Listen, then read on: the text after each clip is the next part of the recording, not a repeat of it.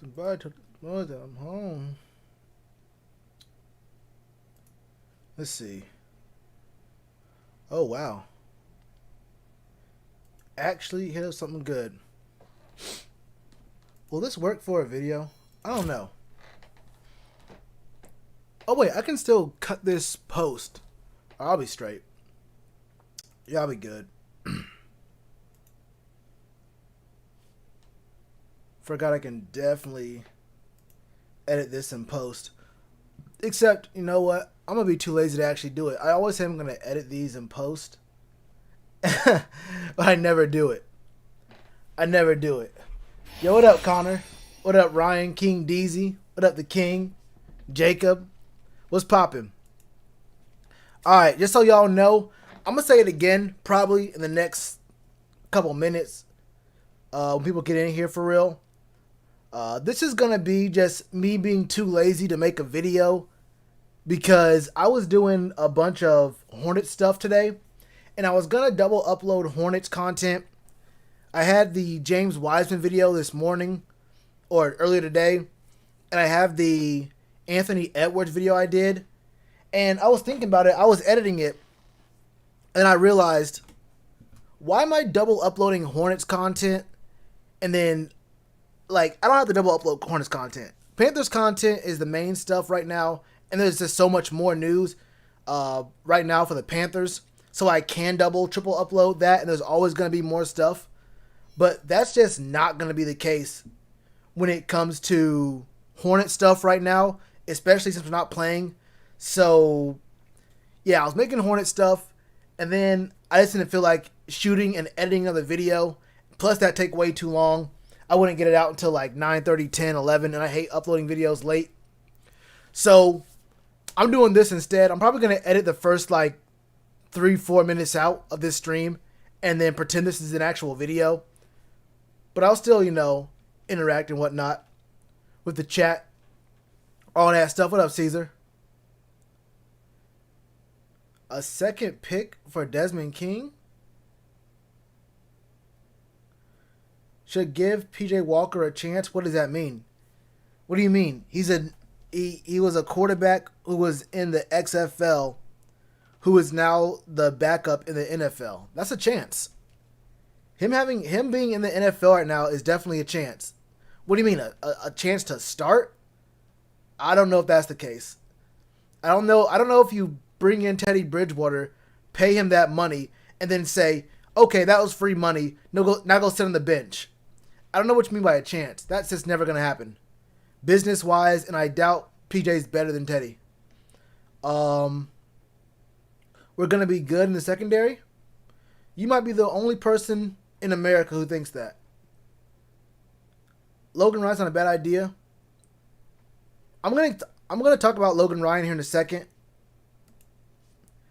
because I think there's a few guys who could be on the list, but I'm not gonna lie to you. There's one other thing that's causing problems, and then I think for the most part, a lot of fans hear a name and they don't really watch every other team, or they don't really care about, you know, looking up how guys played.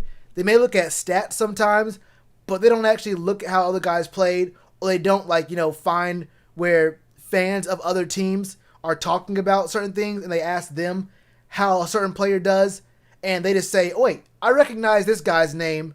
He must still be good right now. And I think that's a bad pitfall to fall into. I mean, we're all just fans. We don't have any kind of real decision-making power. But I think from a GM perspective, just thinking about a guy's name recognition is a bad way to think about picking up players. It's not bad to believe in us. I'm just saying there's no reason to believe that. You think we're going to be... I mean, look at the receivers we play and the quarterbacks we play this year. Even if we had James Bradbury still, I wouldn't say that I think that we're going to be that great in the secondary. If you think we're going to be good against Michael Thomas, Julio, the two dudes in Buffalo and in Tampa, Tyreek Hill, Adam Thielen, Devontae Adams. We're also going up against D-Hop this year. Look, it's okay to say I'm a fan of the team. I'm a homer.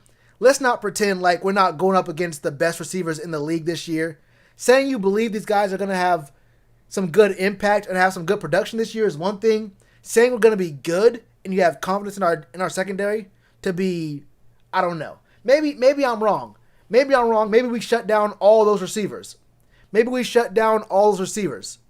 Dante Jackson becomes a lockdown corner. I could be wrong.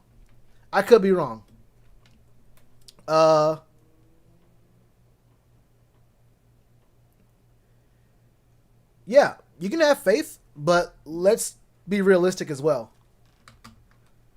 If we're talking about, I can just say that Teddy Bridgewater is going to be the MVP of the league. If we're talking about faith, we can say anything, honestly. Talking about faith, we can say anything. We can keep it real. We can be really real here. If it's just a matter of faith, I can say whatever. But I feel you, though. I feel you. So basically what I'm talking about today in this stream, which is going to be a video, I think, is this right here. This tweet from Joe Person went up yesterday, and he was talking about how apparently the Panthers have been calling teams looking for secondary help. Now, this is really important. This is really huge news because we didn't use an early pick or a top 3 pick on a player in the secondary, and I think we all understood that even last year we had some big problems in the secondary. 2 years ago we had problems in the secondary, and we also knew that coming into this draft this year we were going to have some problems in the secondary. So not prioritizing getting help at corner, at safety, getting obvious coverage linebackers. Jordan Kunchak is he's going to be, I think he's going to be a good player. I don't know how it would be, consistently in the lineup, playing, 40, 50, maybe even 60% of the snaps on defense. If it got up to that amount, would he be good enough to stay on the field for the majority of the snaps? I don't know. You feel me? We can say we think maybe he could, but I don't know how he would look playing, an extended amount of time on the field and teams get tape on him. But this was a problem for a while, and we knew about it, and we kind of ignored it for the most part. We got some good rookies, and I do believe in the guys we signed, but those aren't immediate answers for this season. And I feel like bringing in Eli Apple, if I knew Eli Apple was horrible before we signed him, I'm kind of confused as to why Dave and Marty Herney didn't know that this man Eli Apple was just not good coming into this season. The dude is just not good. He had one good season, a second decent season, and then the Giants got to him, and you all know what happened after that. He just hasn't had very many good seasons, and it's not just that he gets burnt. He also is very, very, he's a penalty magnet. He likes to hold. He gets real grabby when he gets beat, and he does get beat. So, it's like a double whammy in that sort of sense. So Eli Apple just was never the answer. We re-signed Corn Elder. I honestly just did not, I don't know when it was. I don't remember when we re-signed Corn Elder, when and how he got back on the team. I just know I was looking through some training camp notes a while ago, like a few weeks ago, and I saw Corn Elder did something. And I was like, wait, Corn Elder? Why is Corn Elder's name being brought up at this moment? Captain Colin, now look, hey. Now I see you got a laughing emoji in there. Now I need you to delete that because, Colin Jones, who's the one who picked off Teddy Bridgewater in 2018? I believe that was Colin Jones. Colin Jones might be able to do a little something for the squad. You feel me? I might rather have Colin Jones play the nickel than, Captain Munnerlyn when he was on the squad. Now, Captain Munnerlyn, I couldn't stand him. He had some good years when he was on the team, but one, he's bald, and two, I ain't want to see him no more. I ain't want to see him. But yeah, we have to find out. The other thing is okay, so you understand we need secondary help before the draft. and during the beginning part of free agency. You ignore it in free agency. You ignore it in the draft until like the 4th round. It is now 2 weeks before the season starts. At this point, I'm thinking their thought process is, okay, they obviously understand we need help in the secondary, but I'm guessing what they're going to do is do a trial by fire, have these young bucks come in and just get beat by these better guys in the league a few times, make some good plays, let them learn when they're just really out there against the best of the best. We may not have a good season this season, but moving forward, having that experience is going to be really good for these dudes, and it's going to make them and help them grow quicker.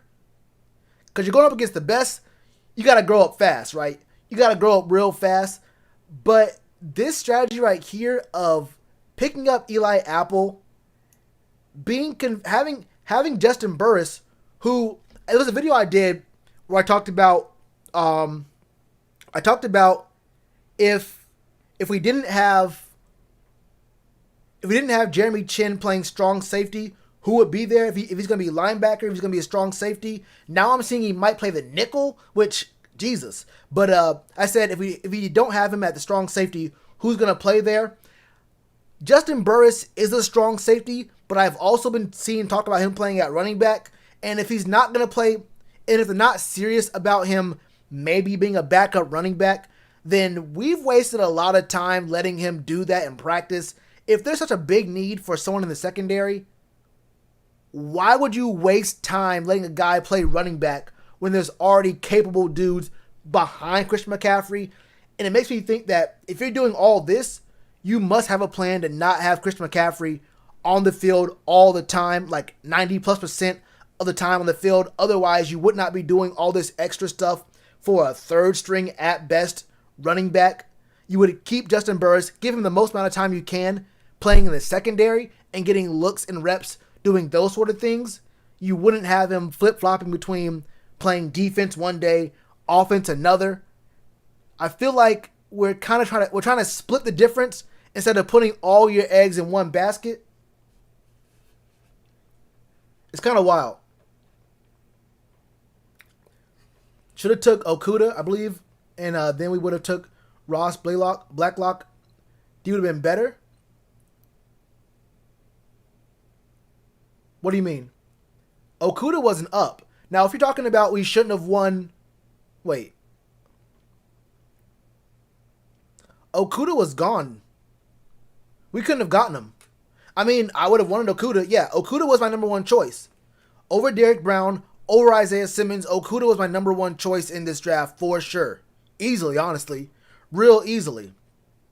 Okudah was the number one choice. But I mean, yeah, the draft would have been a little bit different. For sure. We might get Jalen Ramsey? No. The Rams will be stupid not to re-sign him because that would be a rental. They paid too much. They gave up too much to pick him up for them not to spend the money. They got to spend the money. The Rams, it will be the stupidest move of all time for the Rams not to pay Jalen Ramsey next year. Unless he's a locker room cancer or he gets hurt, in which case we wouldn't want him. The Rams are gonna pay him. They're gonna drop someone. They gave up too much right now. He's an investment. You feel me? Just like the Cowboys had to pay Amari Cooper because they gave up a first round pick for him. You can't give up those picks and that money to not re-sign him. You have to do it. To trade up in the second? I don't know. I don't know about that. I'm cool with our picks. As long as there was a plan. I'm cool with the picks we had as long as there was a plan, but it doesn't seem like there was a plan. There were some other corners who were good in the second round and even in the third round. And I guess we could have traded up, but I feel like if the plan from all along was to have these young guys just play and get better throughout the year and play for, make plays now, but you're really playing to get experience for later years, I'm cool with that. But this whole, what looks like they're unprepared kind of thing, this looks weird. Oh yeah, Monty, bro, you are crazy. I'm not going to lie to you, bro. You are wild. Made that woman disable her Twitter account. Fulton or Diggs, are they okay? Yeah. I don't mind YGM either. Ramsey trash. Now Ramsey's good. He was on a trash team whose scheme I felt like switched a little too much. I feel like it didn't really fit him. It didn't switch a lot. It just didn't fit him. Greatness? I think he's good. I don't want to throw around the word greatness too much. Like, the word great has to mean something. I think YGM could be really good, though. But then there was this tweet from Ian Rappaport that came out today, like 2 hours ago, actually. It says, Chargers star safety Derwin James is likely to miss significant time with meniscus injury. Basically, you know who Derwin James is. Derwin James is one of the better safeties in the league. Definitely one of the better safeties in the league. And I think with him being out, I have no clue what the Chargers depth chart looks like. I can look at it now, actually. But I don't think their depth chart looks all that great. Let me see what I'm looking at. Can you see this? No, you can't. All right. Corners. Well, actually, hold up. Wait, am I... I'm looking at the corners. My fault. I'm looking at the corners. Behind Derwin James, you have a 6th round pick and Alohi Gilman. Oh, Desmond King. Wait. Oh, wait. They have Nasir Adderley, too. Wait, they might be straight. What scheme do they run? What scheme do they run in LA? Wait, Desmond King he's the number 2 outside, right outside cornerback, and he's the number 2 safety. They might run a single high. I don't know what their scheme is. But Nasir Adderley, you got Desmond King, you have Derwin James is going to be gone, Rayshawn Jenkins. Actually, they might be straight. They could be all right. But the thing about that is we couldn't trade for Desmond King because Derwin James is out. So he may come down, or either him or Nasir Adderley. I don't remember what Nasir Adderley's specialty was. Was he a box safety or was he a coverage safety? I did a video on him, but it's been so long. There's been so much other content and whatnot. I just can't remember all the write-ups I do on every player. I don't remember if Nasir Adderley was more of a run-stopping safety, or if he was a lockdown coverage safety. If he was specialized in, man, like covering up the slot and tight ends, or if he was, someone who just was a kind of rangy guy who can play by himself up top.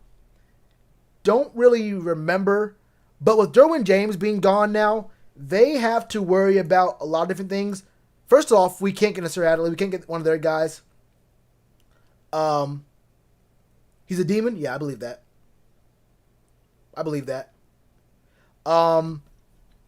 We can't get one of their dudes, but also there's an article here of the players who are on this list, the 10 available D-backs who are still like without a team.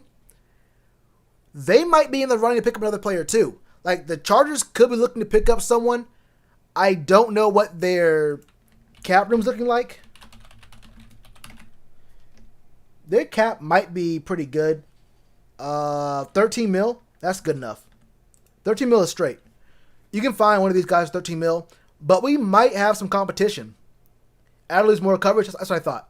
Yeah, that's what I thought. Oh, from Delaware. Yeah, he went to a D2 school. Now I remember now. Yeah. He was a dude who was basically, you really couldn't tell how good he was going to be in the NFL because he was playing against garbage dudes. And I remember now. Yeah.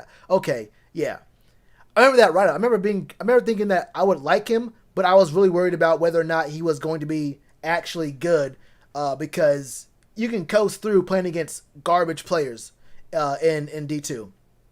But yeah, he's definitely good. So, of the players that are available, Earl Thomas, probably too expensive. might be a locker room cancer. I'm not gonna lie to you. You can't be fighting your teammates. All right, you can't show up late for practice and start fighting dudes when you're the one who's messing up in coverage. It is what it is.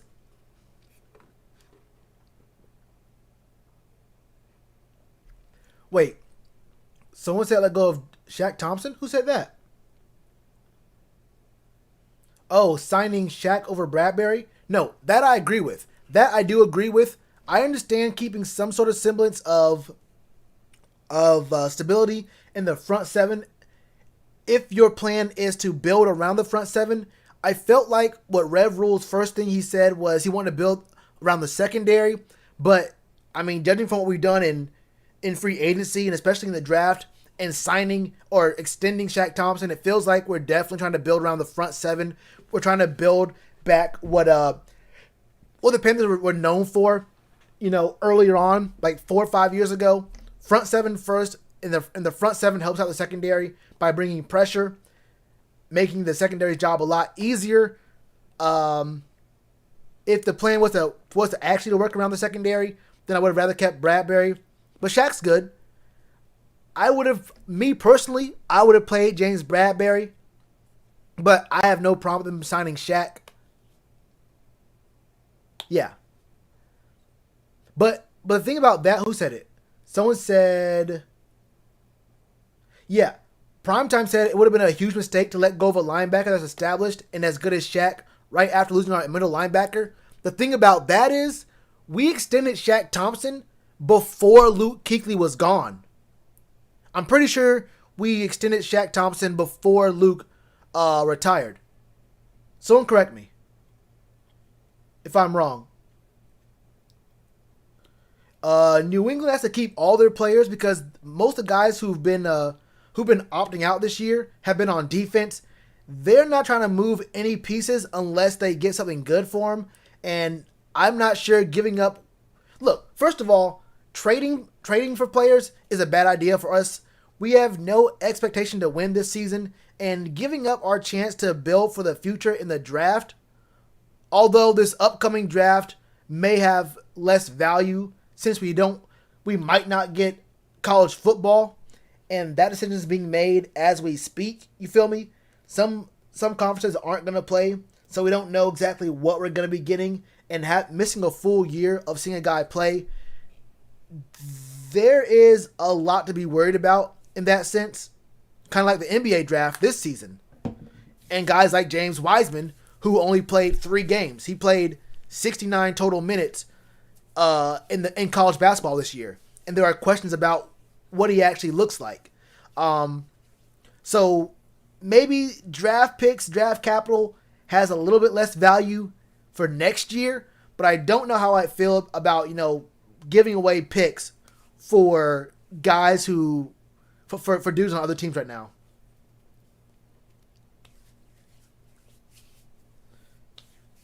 But yeah. You're right, Troy. You're right, Trill.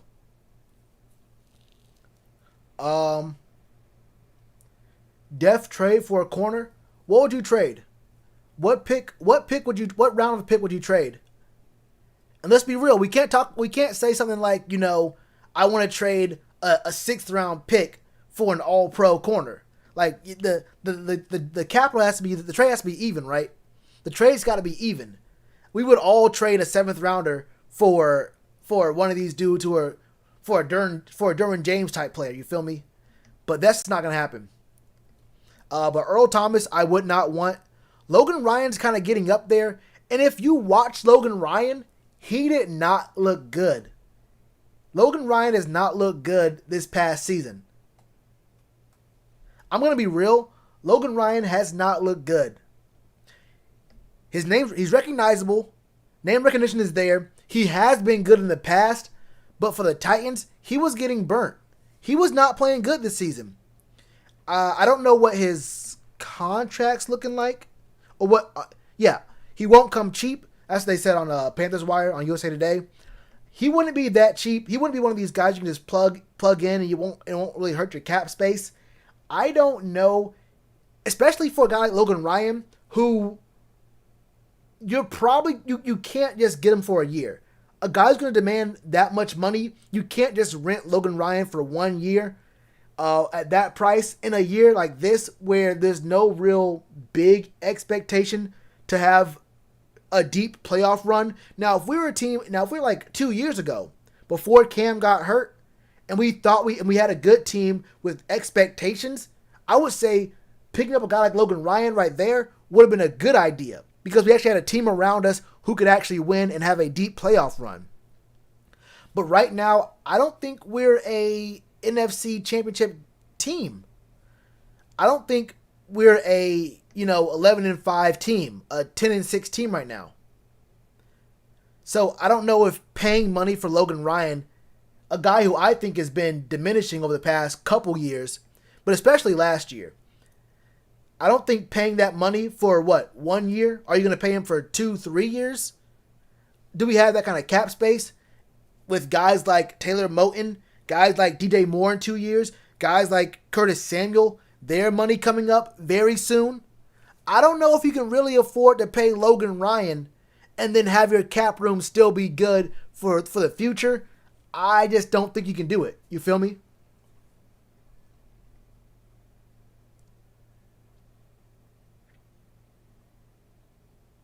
Amani Hooker's interesting. And I don't think he would take too much. It wouldn't be a very heavy, trade. It wouldn't be like giving up a third rounder. Kurt Coleman's on this list. There's Rashad Jones, who I actually do like from the Dolphins. The Dolphins secondary was good. Dolphins secondary is a sleeper. I do like him, but he was injured last year. I would probably take a chance on Rashad Jones. There's Ross Cockrell. Do we bring him back? I don't know. I was okay with what I saw. There were some times he got absolutely abused. You feel me? He was absolutely abused. But I didn't hate what I saw from Ross Cockrell. Eric Reed is on this list. I don't think it happens. Look, I don't think we bring back Eric Reed. I'm not 100% sure he got cut for like 100% play on the field reasons. Yes, he got hurt, but I don't think he got cut only for his play on the field. If you dig what I'm saying. Did he get signed? Was that recently? This was an article from, I think, a few days ago. Ross could have gotten signed. I don't know. This is an article from yesterday. He probably got signed.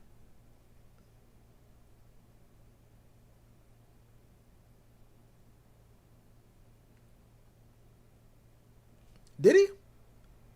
Was this recently?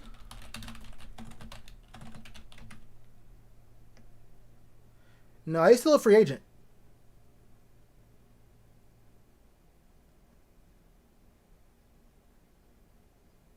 Yeah.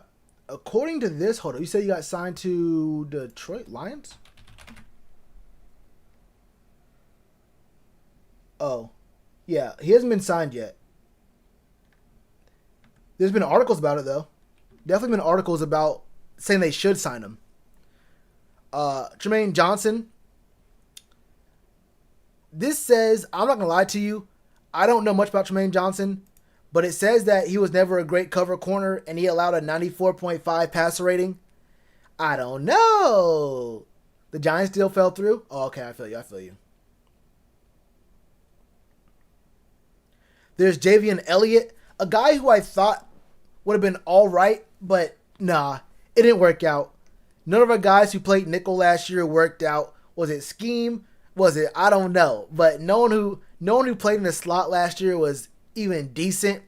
No one was good. Look, the whole nickel was bad. It was bad, right?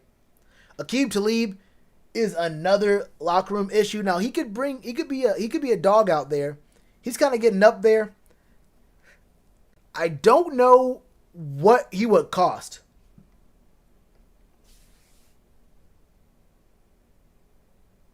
He got abused in the Jags game. He got beat by what's the old boy's name? What's that? He's the really young receiver the Jags have. He got hurt. He got hurt in the middle of the year. Chark, yeah, Chark. He got beat twice deep by DJ Chark. Yeah, it was bad. Yeah, it was bad. It was bad. Yeah, Javian Elliott was not great. I mean, no one played good in the slot. I mean, he played good relative to, him being a UDFA, a guy who we brought in very late in training camp. He did good in the context of who he is, but he was not like NFL starter caliber nickel corner. Like Sony, you have confidence in play in and play out. If you want your base to be nickel and he's out there for 40-50% of the snaps, I don't know if I think Javian Elliott is the guy you really want out there. Now look, beggars can't be choosers, but if we are allowed to choose, Javian Elliott wouldn't really be in my top choices. No, Chark's good. Yeah, I feel you. Chark's good. But fact is, Ross Cockrell did get abused. I ain't gonna hold you. DJ Chark did abuse him.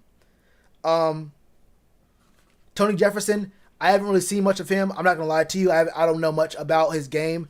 It says he was out most of last season due to injury. He can line up at either safety spot. Maybe.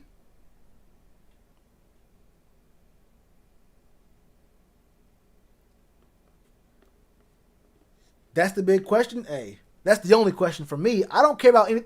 To be honest with you, I don't care about anything else going on in the secondary. I would be 100% fine if with anything other players we have on our roster right now playing anywhere. Look, you can put Corn Elder anywhere but CB1, and I'd be fine with it as long as we knew that Dante was not playing the number one corner spot. You start Corn Elder if you have to, as long as it means you're not starting Dante Jackson at CB1. That's how deep I feel about it. But yeah, as long as neither one of them are starting at CB1, I'm cool. If that's what it takes. But yeah, that's the question, Prime Time. That's the question. He should play slot. That's the thing I keep hearing. People keep saying, Dante's fast. He can play in the slot. All this other stuff. The problem with putting Dante in the slot, the issue isn't that he's not fast. Obviously, if you're fast, you can play in the slot. If you're fast, you're good at playing. You can probably play corner. But the problem is that he gets tricked too much looking in the backfield. He finds himself staring in the backfield way too much. And what happens in the slot? Those are the more intricate routes. Those are the times you really can't. A split second can be the difference between you and your assignment being gone. You feel me? When Dante had 10 yards, 12 yards of cushion before the ball was even snapped, he was still getting beat. Guys were getting behind him. You can't play off man in the slot. Also, Dante Jackson just cannot play press coverage. So you can't play too far back, but he also can't press when he's in the slot. So he has to play 3, 4, 5 yards back from the line of scrimmage, right? If he's looking in the backfield, getting tricked by a quarterback's eyes, getting tricked by a bootleg or play action, what's going to happen when the middle of the field is wide open and he's not on his man? You feel me? So, yes, he has the speed to play the nickel, but I'm not so sure he has the awareness to play in the slot. I'd have to see it consistently, but I don't think just because he has speed, that means he should play the slot. Because I feel like messing up in the slot has bigger consequences than him playing off man 10 yards, 12 yards behind the line of scrimmage, playing outside. And if there's a short pass, okay, you're fast enough to come back down to the ball, make a tackle there. That's cool. Most of the time, hopefully you won't get beat deep. Those are harder, less percentage passes, so it's all good there, or it's better there. But in the slot, if you get beat, those can be either chunk plays, or those can be the difference between it being a third and manageable or a first down. You want to have some confidence there. Yeah, you feel me? You feel me? So I get the thought process of wanting Dante in the slot. I just don't have the confidence in him being able to all of a sudden stop staring in the backfield at quarterbacks. Now, yeah, Joseph is right. Now, Joseph, you're right there. He would be great blitzing from the slot. What I noticed last year, but really more 2 years ago in 2018, a lot of our pressure, it was more like 2018 actually, a lot of our really good pressure came from blitzing from the corner spot. Usually it came from the slot. We got a lot of good pressure blitzing from the secondary, and even the times we had Eric Reed blitzing from his safety spot. We got some really good pressure. I think Dante will look really good playing there, and him being a guy who just comes off the edge, especially with the kind of pressure we have, the kind of players we have on the edge, pair it with the interior guys we have. There's going to be double teams everywhere along the front. So, hold up. My fault. So, we should be able to get some really good one-on-ones or free looks from off the edge. What's good, Cephas? What up, Tree Fitty?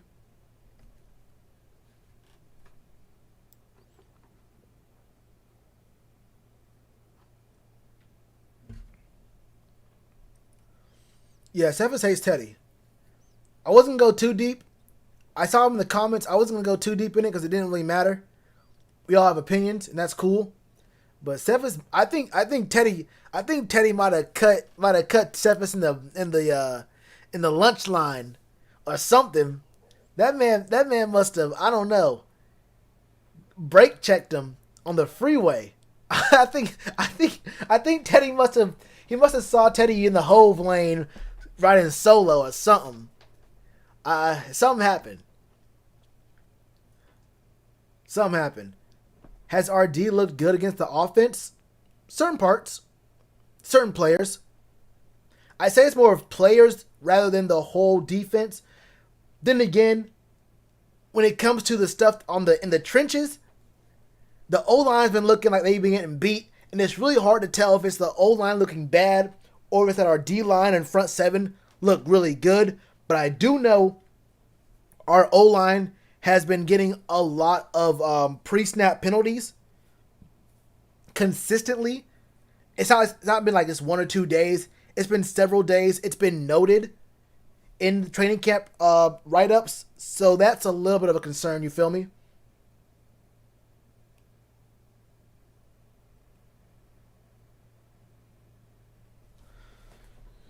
Decided to draft Teddy. He's put up 50 points per week. Wait, in fantasy? Oh, no, no, no. Oh, no, no, no. I mean, Teddy's a good pick. Actually, you know what? Teddy's a really good pick if you structure your fantasy around running back first. If there's still an elite tight end second round, then you go receiver. If you're able to get an elite defense, no.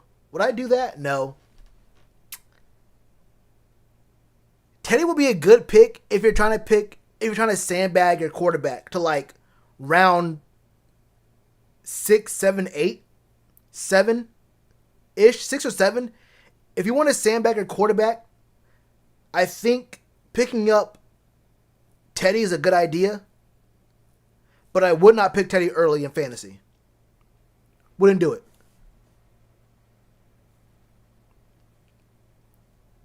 But Teddy's a great pick if you're looking to go for a really good tight end round 2. Or if all the elite running backs, you got to go running back. You just have to go running back. Or unless you want to go running back, tight end, receiver, running back, receiver, and then go Teddy 6th or 7th round. Depends on how your draft shakes out. But Teddy could be a good pick late. Has Derek and KK been dominant together? Hard to tell, specifically how they look. Because they're not really going 100% full speed. and we don't see their scrimmages. You feel me? We don't see their actual scrimmages, so we can't really tell how they've been looking against our O-line. And then you have to remember, it's our O-line, so you got to weigh those things out the way it is, realistically. They'll look good, though. I think they'll be good in the regular season.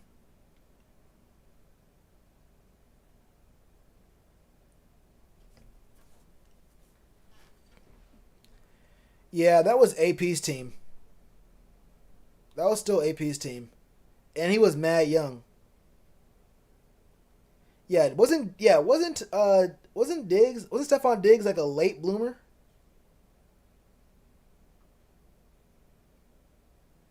80 up to 90.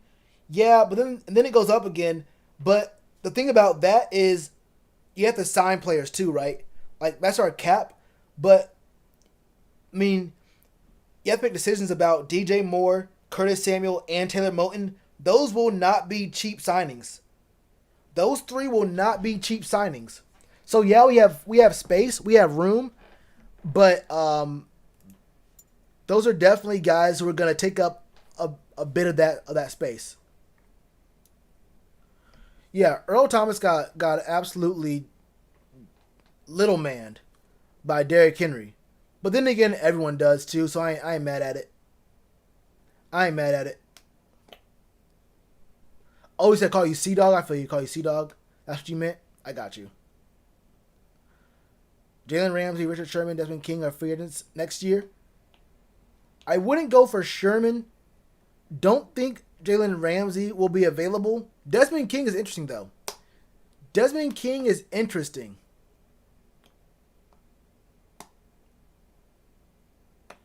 I would look at that. Richard Sherman at best is a rental, and I don't think you bring in all this youth just to bring in. Maybe you do. Maybe you do. You got to see how he looks. But if he's gonna be a free agent, I don't know if he comes. Richard, he wants to compete. Sherm wants to compete.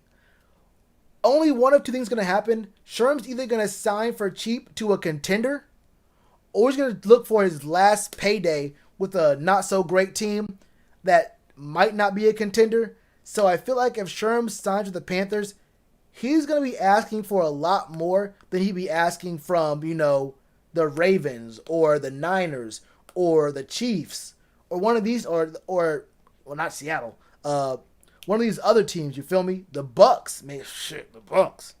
The Saints. If Brady and Breeze stay another year. So it'll be different in the context of the Panthers. But Desmond King's real interesting. But yeah, Jacob made a really good point. Even though DJ's not up next year for a contract, don't make the same mistake we made with Cam. Well, not a mistake. Same situation with Cam. The same mistake with James Bradbury. Just because a guy's contract is up after a certain year does not mean he is guaranteed to sign with that team again. I know DJ loves Carolina right now. But if DJ has a breakout year this year, another really great year, don't be too surprised if he looks to find money somewhere else if we don't sign him before he becomes an unrestricted free agent. Actually, hold up. DJ, we could option him. We could do that goofy. We could be real goofy. We could be real goofy and not pay this man his money. Maybe.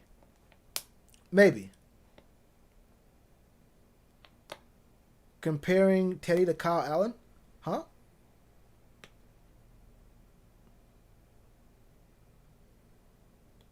Take away C-Mac receiving yards when we got 2015 Bridgewater?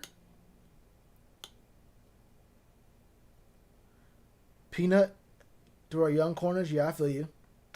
But you have to think about, the cost. That was Norv, and we've seen firsthand. Yeah, the thing about Norv's offense, in 2018 it was good. Let's not forget, Norv Turner's offense was great in 2018. It was innovative. It was dynamic. a lot of moving parts. But what we saw was as soon as Cam went down, Norv's offense turned extremely vanilla. It was really boring. It was really straightforward. Mostly because I think he just didn't believe that Kyle Allen could run an offense as complex as he was running in 2018. So I'm not so sure Norv Turner's scheme was bad or his scheming was bad. I think what he was doing was just saying, I don't believe in Kyle Allen. I'm making a very boring, straightforward, very simple offense so we don't confuse you too much. And it felt like Norv Turner was scheming not to lose instead of scheming to win. You feel me? Because his 2018 scheme and 2019 scheme were extremely different. So I don't know if Norv Turner was a bad offensive coordinator. I think he just made a bad decision playing not to lose rather than trying to win with what was his best plan of action, which would have been to just say, look, let's see if we can run the offense the way I ran it in 2018. He didn't do it. It is what it is. There's a mosquito in here. 2015, Shelley, they won the NFC North, went to the wild card game. Kicker. Wasn't that Blaine? No. Blair, wasn't that Blair Walsh?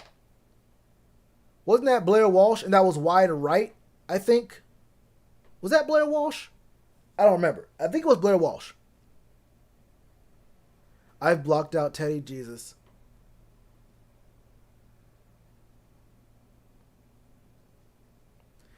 They won't force the ball to DJ. Oh, yeah. That's the other thing, too. DJ might become a victim of having too many good options. Let's not forget, we have a ton of good options. Let's not sit here and pretend we're going to be forcing him the ball with it's him, Curtis, Robbie Anderson. We're going to have Seth Roberts or, well, Omar Bayless is going to come back until week 9 at the earliest. Then you have Ian Thomas and C-Mac. That's a lot of mouths to feed. Let's not sit here and pretend that we brought in Robbie Anderson and we have Curtis Samuel there for no reason. We're going to just ignore Christian McCaffrey and just feed DJ all these passes. I'm not so sure DJ has, the huge contract year.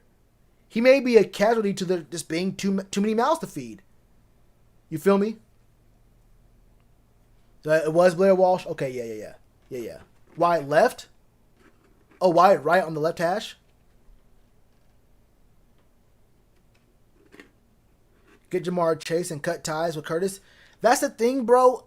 I said it a little bit last year. I didn't say it too much, but I am kind of worried that Curtis Samuel becomes the casualty. It's him that becomes a casualty because Curtis isn't a number one receiver. DJ Moore is. DJ could be. I think he has a better profile, I think, of being a number one franchise receiver. And I thought that if you aren't going to pay Curtis Samuel, you should have traded him for assets because people in the league know he's good. He will get calls this upcoming year. So it's gonna be a really hard sell. I was saying kind of quietly, you might want to think about trading Curtis Samuel before this year because if you don't extend him before the end of the season, then you're gonna have a lot of really tough decisions. And we'll see.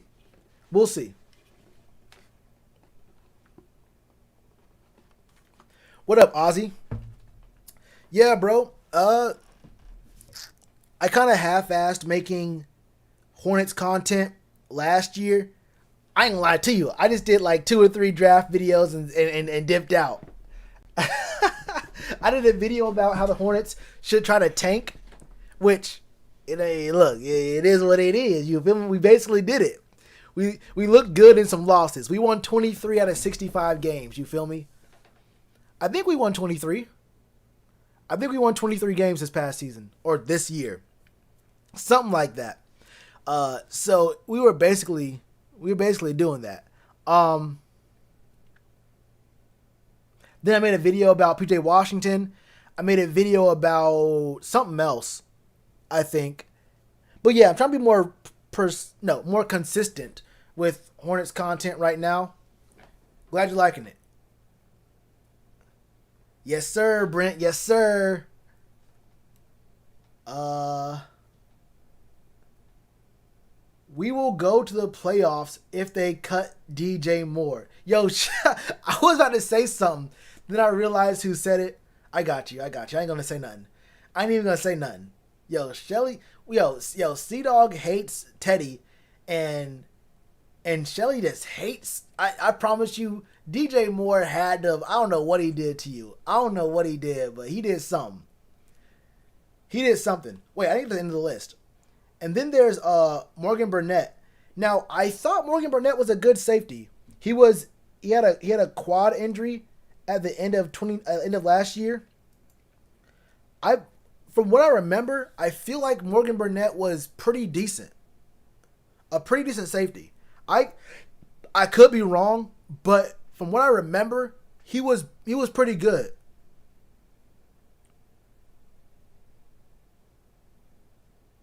That's what's up. I definitely will.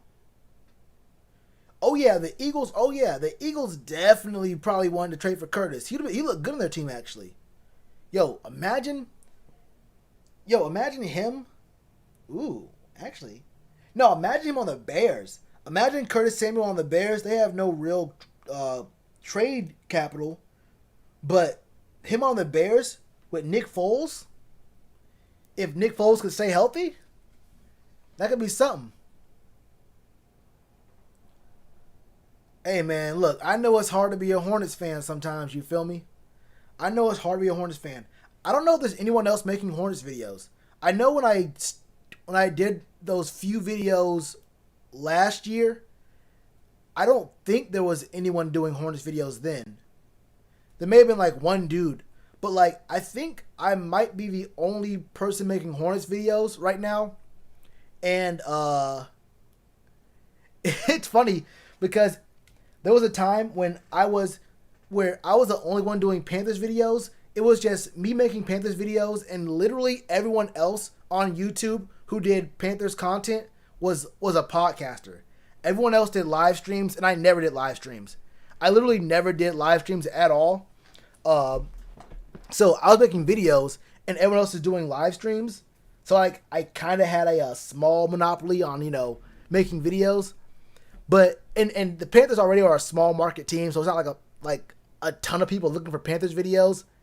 It's even bigger for the I guess even smaller for the Hornets, because I know for a fact there's literally like 28 and a half Hornets fans. You feel me? And only half of them are looking for YouTube videos on the team. I know that most of the people watching the Hornets videos are people who are like just bored.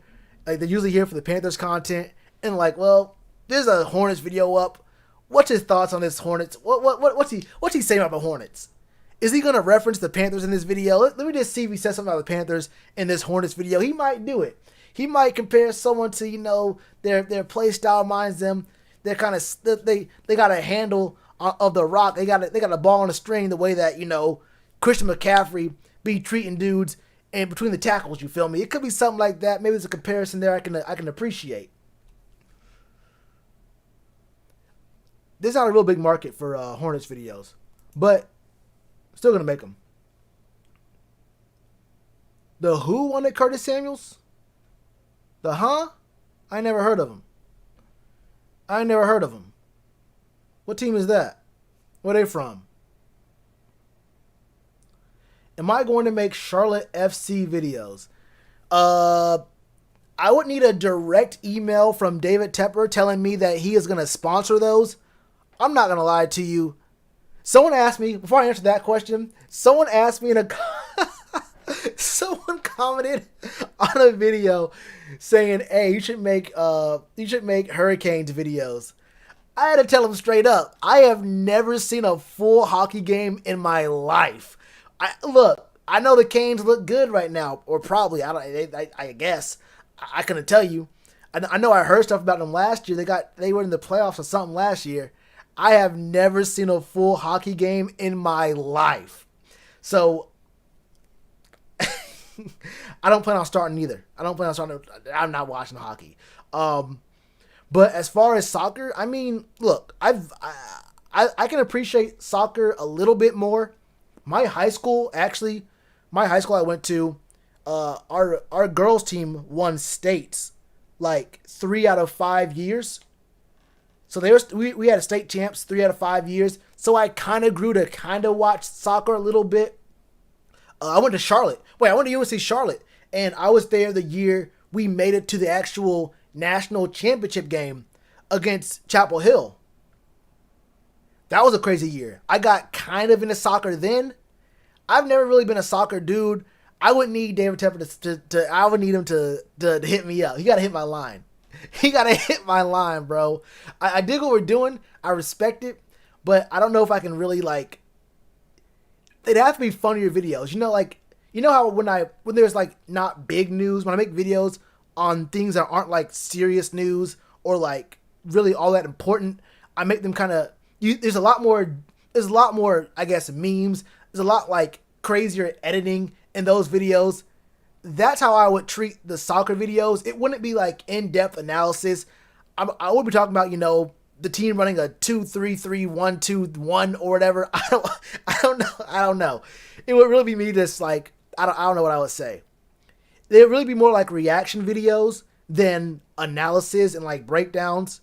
It'd be, like, a lot more jokes and it wouldn't be, like, serious content. It would be a lot more like memes and whatnot.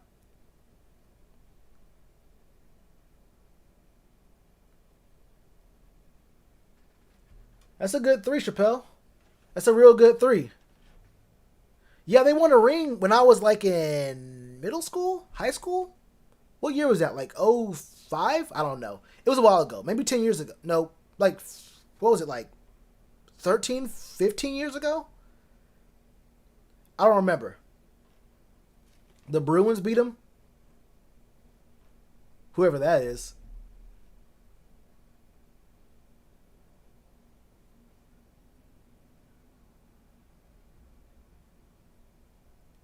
Might want to change your last name. The Washington racial slurs.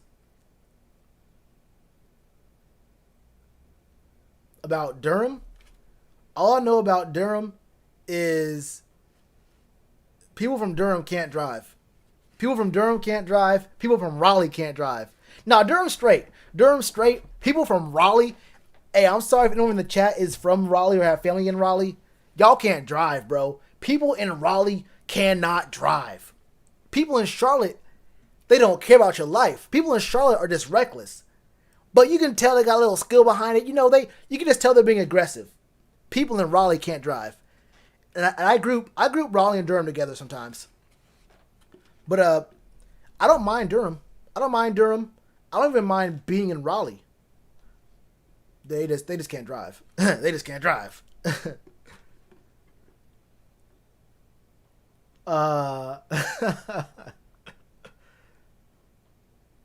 Need 70 likes? What do you mean? What do you mean 70 likes? Emmanuel Mosley? That'd be fine. I wouldn't be mad about us picking up Nickel. The Seth Roberts one? I don't even remember like how I edited that. How did I edit that? The Seth Roberts one. That was a minute ago, wasn't it?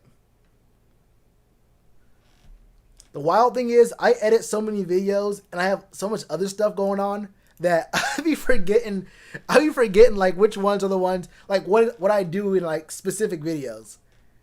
Especially because like in those videos, I don't even think about what I'm saying. Like when in the serious videos, I have like things I have points I want to touch on. I have like topics I want to get to in order. And some of those videos, the more fun videos, the more like meme videos, I'm going off top like 90% of those videos.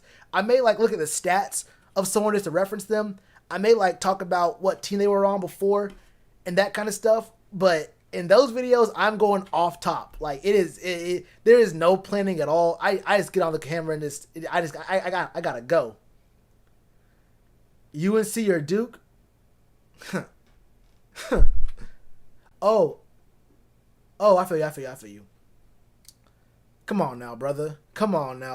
Obviously, Duke. What you talking about? Come on now. The best college player of all time came out of Duke. What you know about Christian Laettner? What you know about J.J. Redick? I can't name a single player who went to Chapel Hill who's actually even halfway decent at basketball.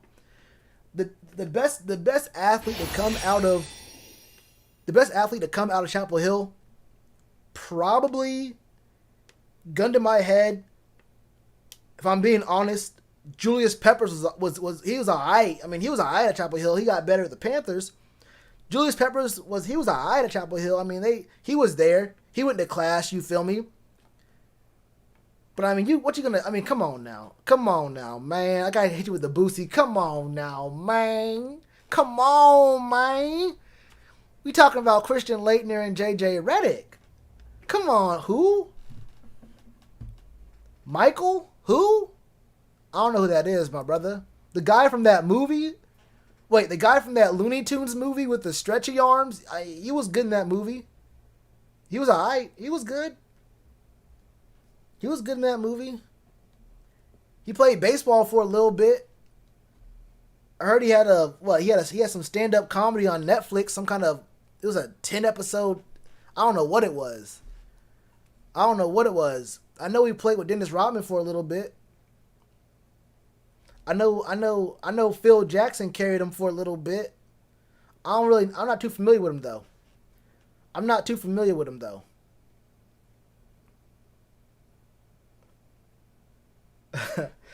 I can just pay extra to whichever TV service to catch the games. What do you mean?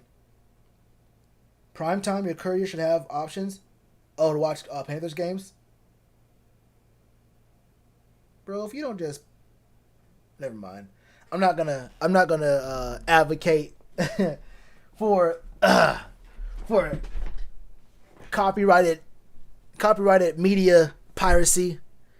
That's bad business. You feel me? Make sure you're following the law. Don't break any laws at any time. Best actor of all time next to Bugs Bunny. No lies detected. This man did not lie.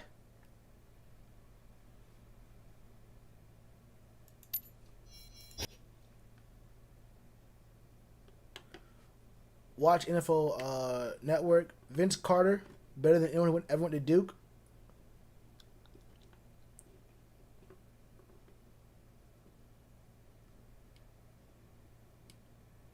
Vince Carter might be the best player to come out of Chapel Hill.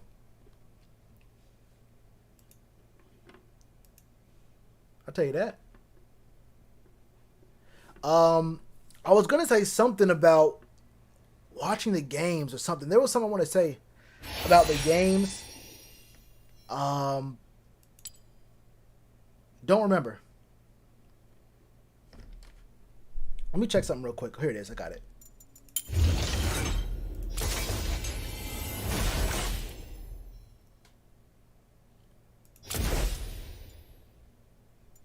The fuck are they?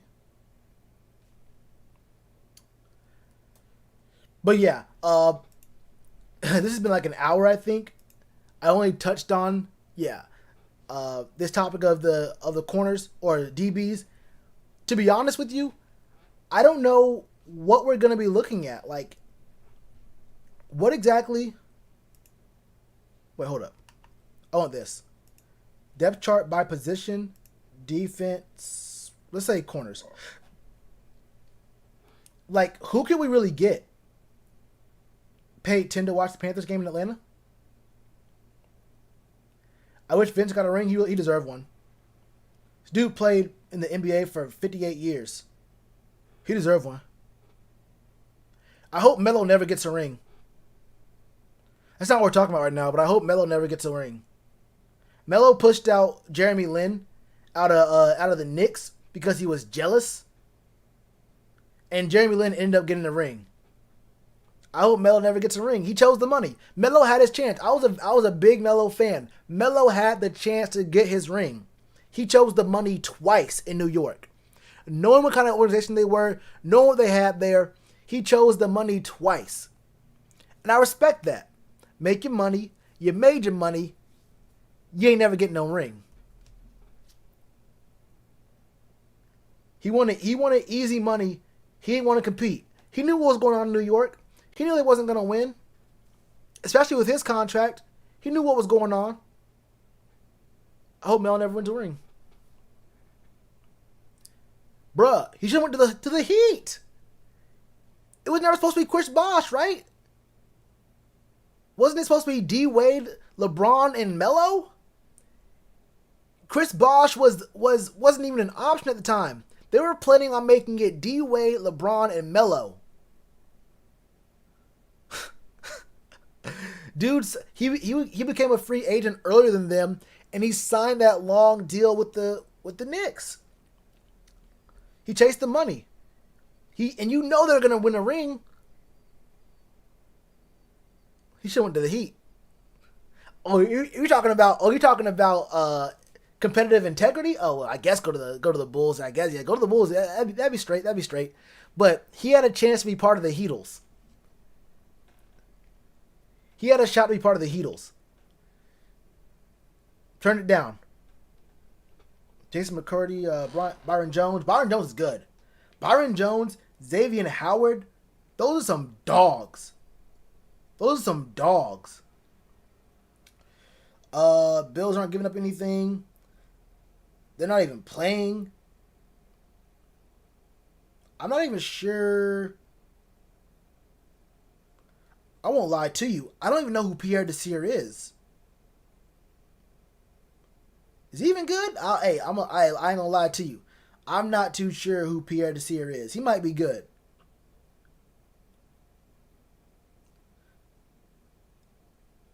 Oh yeah, I respect him going for his money. You just don't get a ring now. If you're gonna get your money, I respect that. I will never tell someone what to do with their own money, or how to treat their money, how to treat their money making process. As long as you're not, I won't get into all that. But there are some things, there's some ways you shouldn't make money. There's some ways people shouldn't make money over. But that's a whole different issue. What he did, he had a shot, a very real shot, a very obvious way to make his money or to get a ring. He chose not to, twice. And then he was an asshole to Jeremy Lin, just because Jeremy Lin was doing what he was doing. People hated Jeremy Lin because Melo hated him. And then Jeremy Lin got himself a ring. So I hope Melo never gets a ring. And I'm going to keep saying that. Ravens aren't giving these two up. Who could we get? I'm trying to think of names I recognize. Guys I think will be good in our system. Guys I think are good. And guys I think will be good in our system. And where? God damn, Greedy Williams is a dog right there. Joe Hayden is another dog. James Pierre. Bradley Roby. I'm looking at the starters. Why I'm looking at these starters. let me stick to columns 2 and 3. I don't know why on earth I'm looking at the starters like I'm being stupid. Hold up. I'm being stupid right now. Dane Jackson.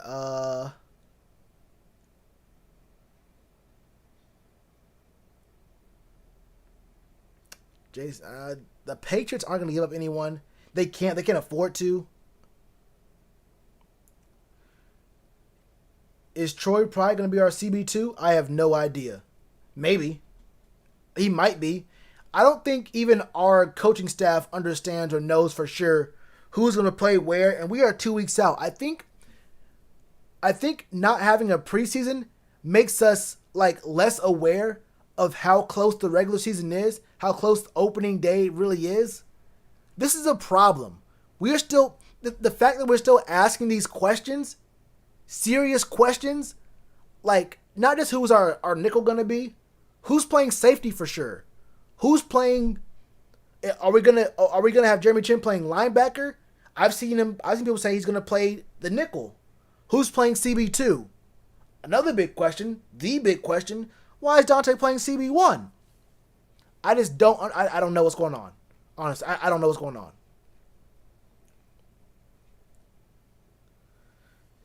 Sensabaugh, Cyrus Jones, Dominic Rogers Cromartie. That is a name I never want to hear again. He was not good. Last time I saw him, he was not great. Didn't he get cut or was he traded from the Packers? Or wasn't he playing so bad the Packers got rid of him? Wasn't he on the Packers for like 7, 8 weeks? Nah, Teddy made probably look good. I'm not gonna lie to you. This is probably a really bad idea. There's just no way I really looked through the team's sixth and or fifth and sixth best corners, and I know who's like really really good. Like, unless y'all do, like obviously guys that just drafted are probably not gonna be on the list. But like, I just don't think I'm gonna know how good Anthony Chesley is or like Kenneth Durden. I mean, do y'all know how good Adrian Colbert is?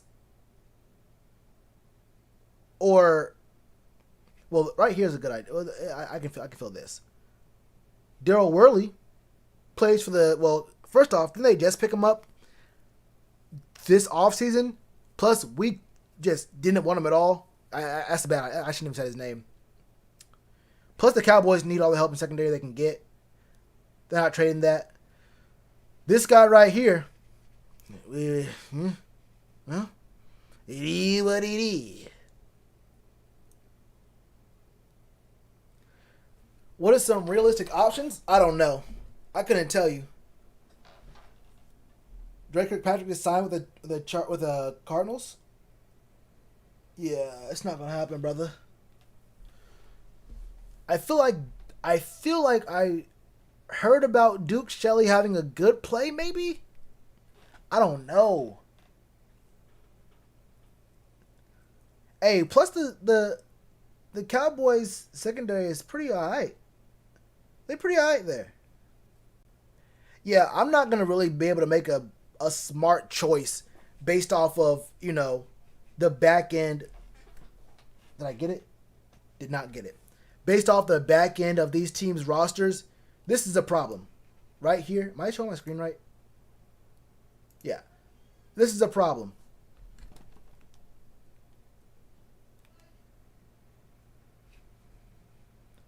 Hold up 1 second.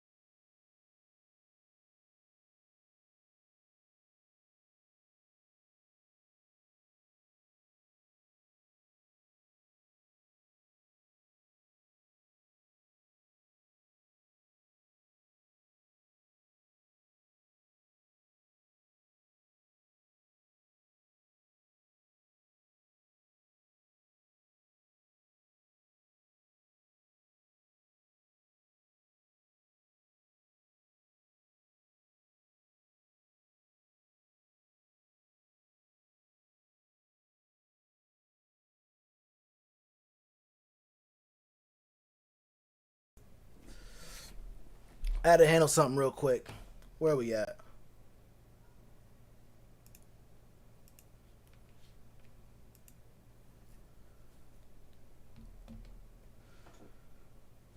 Dante Jackson. Who's worse, Jackson or Apple?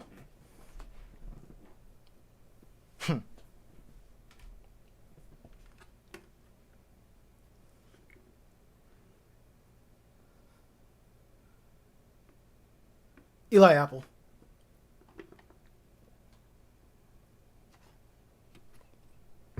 Yeah, I don't know why I thought so long. At least Dante has times where he can make highlight plays. Dante's just inconsistent. Eli Apple is consistent. He's consistently bad. He will not be a guy who can make a highlight play for you. Although I guess the thing about Eli Apple is that you know what you're going to get out of him. You just know what you're going to get. So I guess you can say that's a better quality because you can plan around Eli Apple. You can plan around what he's going to do. It's kind of hard to know what you're going to get out of Dante from play to play because Dante could give you 2-3 interceptions in a game and then go 5 games straight where he gives up 100+ yards. So I don't know.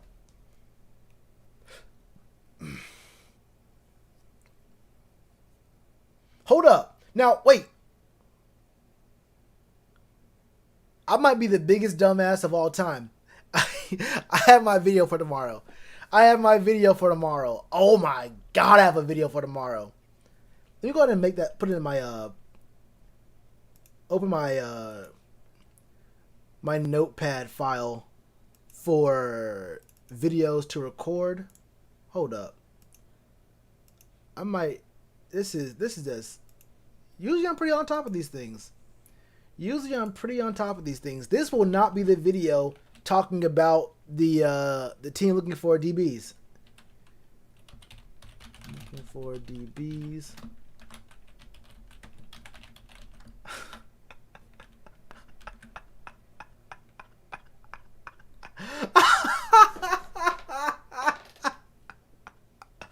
Oh man.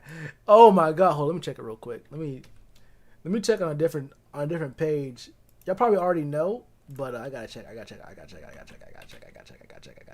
Wait, hold up. What screen am I showing? Oh, y'all see this. Hold up. Y'all see this. Okay, so it's this screen.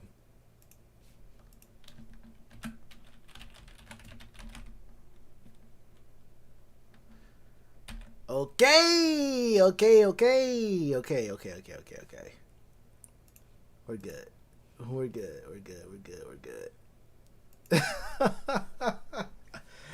All right.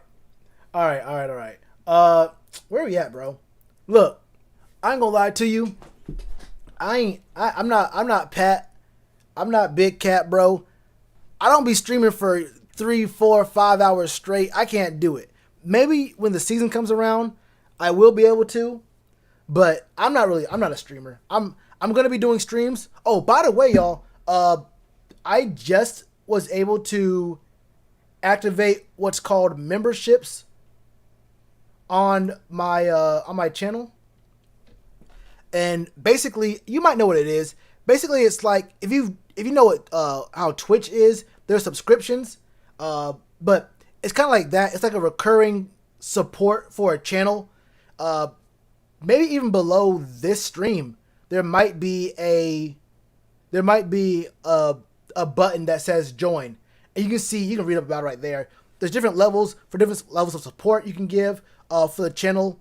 I think it's recurring every month. But what I mentioned in my video that I had today was that I'm going to be doing a fantasy football league that is going to have to draft very soon, probably next week, honestly. It's going to have to be very, very soon.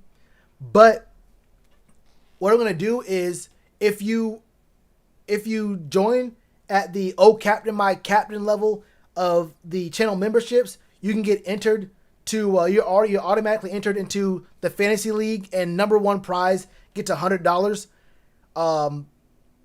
The biggest reason I didn't do a fantasy league last year was because I hate when people quit. I hate being part of leagues where people quit in the middle of the year or quit like 3 games in or whatever. But if there's a prize, then people will stick around longer. They'll try to catch back up and whatnot. And this year, that's what I'm doing. So there's going to be a fantasy league for the channel, and there is a prize. I don't know if there's going to be a second place prize because I hate rewarding losers. You feel me? You either win or you didn't. But yeah. So if you know about memberships, you want to figure out something about memberships, If you can and want to support the channel, that's where you can do it. There's also, you can also see the Cashapp thing and the Venmo. If y'all have either one of those services, you feel me? But yeah, I got that going on.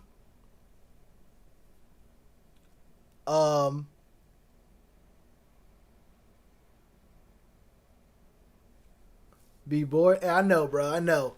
I saw Pat was playing Madden last night. Uh, I was just lurking. I didn't type in the chat. I saw he was on Madden last night, bro. I played a little bit of Madden. I played the early access, the EA access part where they gave you 10 hours. You can obviously, if y'all don't know about this next year, but every year you're able to repeat that 10 hours. You get unlimited 10 hours when it first comes out, so you can like build up your MUT team or learn your scheme or whatever on the game. But I did that. I wanted to play it before I actually bought the game because I wanted to know how it played. Because lately these sports games have been getting bad. 2K was bad this past year. I played the prequel thing. That didn't feel good. I've heard Madden's been horrible. Bro, I heard Madden was horrible. And I was thinking about making Madden content this season. Because there's a lot of good Madden content. I could have had like a lot of different things going on. But I don't know, bruh. I don't know if I feel like playing Madden. Like I've been, some of y'all don't know this, but before I started making videos on YouTube, I used to, at least Panthers videos on YouTube, I used to stream Madden. I used to stream Madden for hours. Like right now I can't stream longer than like a couple hours. I used to stream Madden for like 6-7 hours. Like I was not sleeping. I was working, streaming Madden, and doing other stuff. You feel me? But I used to stream Madden heavy. Then I didn't play 19. I didn't play 19 and I didn't play 20 because I just got tired of it. Mostly because I played MUT and you have to either grind solos to have a good team or pay money. And I'm not giving EA any more money. I do spend money on 2K, I ain't gonna hold you. But I just couldn't, I wasn't gonna grind MUT anymore. I just hate MUT. But I hate MUT, and I feel like regs, there's no reward, there's no punishment, there's no incentive. You're playing regs, you get into a game with someone, you win or you lose, and it's just over. You're just done. And there's no continuation, there's no like, you don't get anything for it. You're just playing the game. I can't do that either. I don't mind it, I don't hate it, but like I wouldn't play that much for regs. MUT used to be so much better in 17 and 18. 17, oh my god, 17 was so good. 18 was still straight. MUT just got so bad. And I could do franchise. It's not too bad, at least. I enjoy the new rosters as sad as it is. I could do franchise, but I don't know how good franchise content would go. Like doing rebuild content, like over the years and whatnot, like building a team, maybe. 08's better. I mean, 08 was better. Madden 25, the one that came out in 2010, that one was better. Madden 25 is my favorite. No, Madden 04 is the best Madden, but I think Madden 25 is the second best Madden to come out. It just felt right. Everything felt good. Everything felt really good in Madden 25. I heard jukes are bad. I think they toned down spins. I heard they made hurdles really good, but you can't use their linebackers. You have to use their safeties because linebackers right now are all slow, at least in MUT. I heard running is still kind of OP. And yeah. And it's all, and the ratings make the animations, which is obvious, but it's like crazy animations. Yeah. So, yeah. The Madden that came out in 2010 was called Madden 25 because it was the 25th Madden. And then the one after that was Madden 11. But yeah. Or I guess it was Madden, the one that came out. Yeah, it was one from 2010. The one in 2010 was called Madden 25. But yeah, there was a time when, like Primetime said, there was a time when Madden was the only game I played. I would ignore 2K. I would ignore all this other stuff. I ignored COD for a couple of years. I used to love playing Call of Duty. But there was a time when the only game I ever even touched was Madden. And I might play a little bit of Assassin's Creed. But the only game I really played was Madden. And now I just can't even get into it. So like, I was thinking about doing Madden content, playing, having that kind of stuff. But I don't know, man.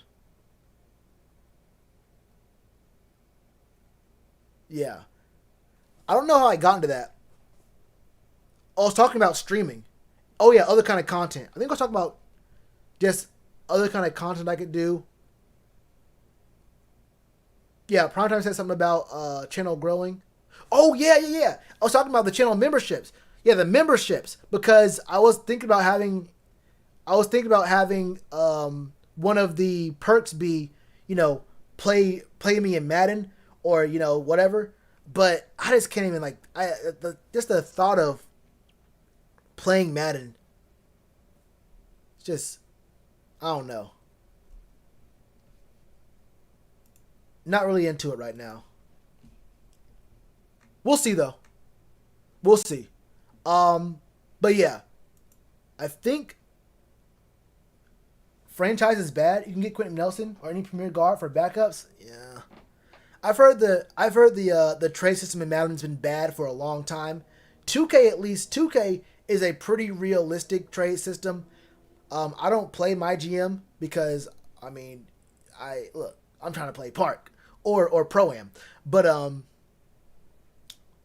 but but yeah, I've heard that the trade system in franchise for Madden has been bad for a while now.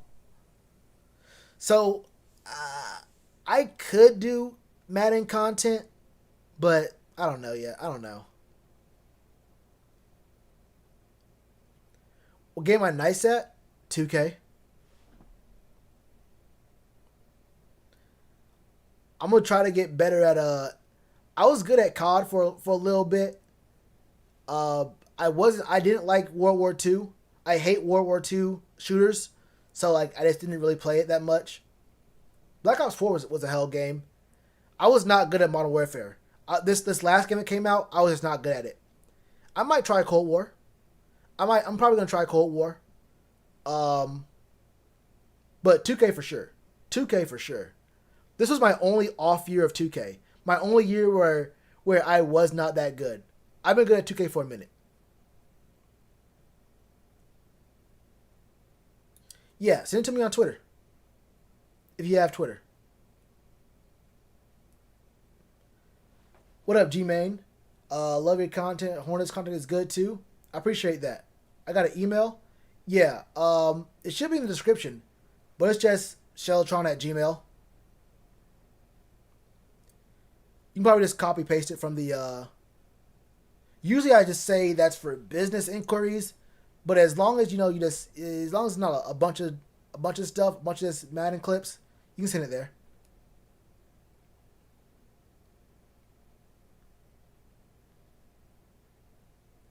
What is a run your pool? What does that even mean? I feel like I'm like about to get trolled or something.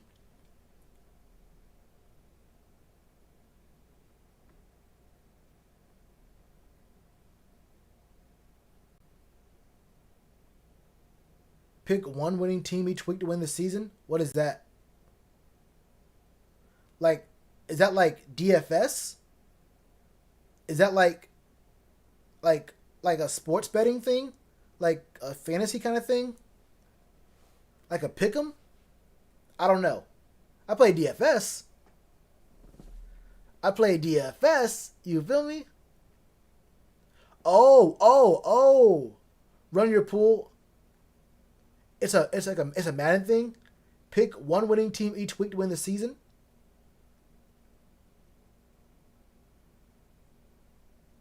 Pick who you think would win. I'd have to look that up. I think I kind of get what you're talking about, but it sounds kind of confusing. Oh. Oh, I feel you. That would be mad hard. Cause you just pick heavy favorites every week, and I feel like it'd be like if you're in a league, I feel like it would be like it would come down to one game, like one upset would decide the whole league, since you would have to pick heavy favorites all year. If it's not like weighted for like I just said the word. I'm blanking right now. If it's not weighted for upsets, then yeah, it'll be like a one game decides the whole league. I feel like. I feel you. I'm gonna look it up. But I already do DFS. I do DFS, and that it's crazy. I'll look it up though. I'll look it up. But yeah, 2K is the game I'm really good at. Uh, we'll see about Madden. I don't know. If I do Madden content, it'll probably just be franchise. I don't know, man. I don't know. I might start making more music reactions. I won't lie to you. I might start doing reactions again. Maybe not on this channel. I remember what's crazy is my reactions used to get numbers. Y'all, some of y'all weren't around. Some of y'all weren't on the channel. Some of y'all weren't here when I was making music reactions. Those did numbers. Go to my page and look at the most popular videos. Those was getting dummy numbers. You feel me?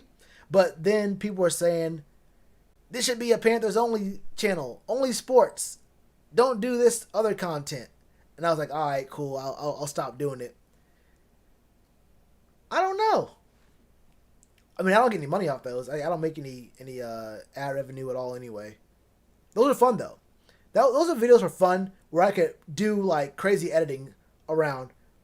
Those are just really fun videos to make. You just react to music, videos, music, and then the thing about making this serious Panthers content is I could make it funny, but I feel like sometimes I can make it like all really funny and all the time have the crazy cuts, the excessive zooming out and in, the colors, the going crazy all the time. I could do that, and that could get a lot of views. But I feel like I want to like actually be semi serious about some of this stuff. But Hornets content, the smaller Panthers news, the reaction stuff, it's just it was more fun editing those videos and see what I could do. You feel me? Anyway, I'm about to be off this. What's it been? An hour and a half? What are you looking at? Oh yeah. 1 hour, 33 minutes, 19 seconds. Too long. Alright, y'all. I'm about to be out here. You sending my Twitter? Alright, cool. Do you like the new Brent Fires? I ain't gonna hold you. I have no clue who that is.